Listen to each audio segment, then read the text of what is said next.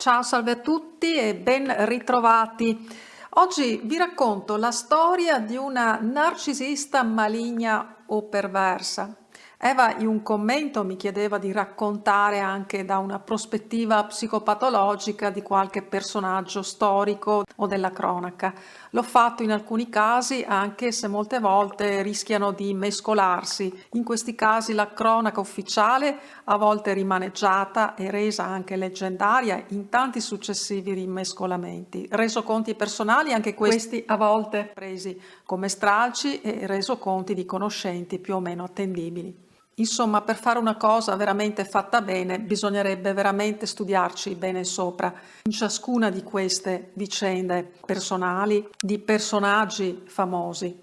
Io qui ti racconto la storia personale, non per esteso perché ci vorrebbero ore e non solo minuti, di una donna che io ho conosciuto bene e naturalmente la racconto però in maniera anonima e in modo tale che nessuno potrà riconoscerla e quindi ometterò certamente molti dettagli, se non in caso ed eventualmente si potrà riconoscere solo ella stessa, ma di certo in questo caso se ne guarderà dal dire quella sono io. Questa donna aveva un'aspirazione che diverse volte ha anche dichiarato ed era quella di diventare medico. Invece non è diventata medico, bensì un insegnante. Il padre era un venditore, si trattava di una famiglia benestante e lei è cresciuta in una particolare solitudine che le è pesata molto, tanto che ricercava spesso le attenzioni dei lavoratori colleghi del nonno e pur di ricevere attenzioni commetteva anche qualche marachella. In quel modo in effetti riusciva ad avere anche molte attenzioni, almeno per un po'. I genitori erano molto impegnati nel loro lavoro e per questo l'hanno parcheggiata in un collegio dove anche lì evidentemente ha sofferto la solitudine perlomeno familiare, la mancanza di cure e di attenzioni da parte dei genitori che tuttavia quando c'erano la riempivano di attenzioni anche molto. E lei ha sempre parlato bene del resto dei suoi genitori, non della nonna che a sua detta la sviliva spesso e volentieri.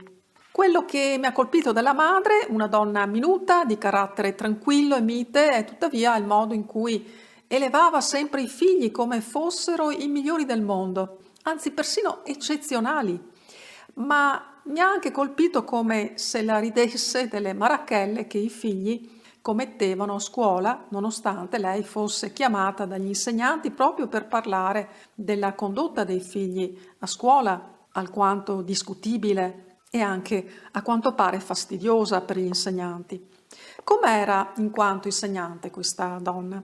A detta sua, la migliore insegnante del mondo. Peccato che, per suo stesso dire, spesso molti allievi piangessero a causa della sua severità. Lei se la rideva per questo, ci traeva un certo godimento, devo dire. Naturalmente può anche essere che volutamente lei esagerasse i suoi racconti, anche se sono racconti plausibili alla luce della sua personalità. Ma devo dire che ho conosciuto anche un suo alunno e da quanto è sembrato era anche abbastanza devoto, quindi l'idea che mi sono fatta alla fine è che lei fosse spietata con alcuni allievi e invece con pochi altri beniamini fosse molto più magnanima.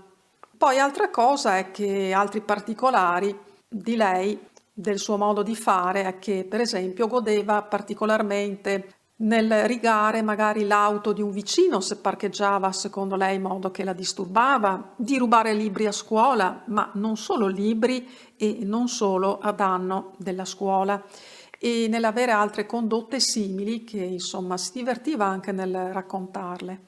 La vita sentimentale, si vantava di aver avuto centinaia di relazioni, compreso un matrimonio di breve durata. Un marito che peraltro, nonostante il fatto di non essere stata, insomma, una moglie così particolarmente benefica e affettivamente prodigale, gli è comunque rimasto straordinariamente devoto, per quanto si sia anche poi risposato.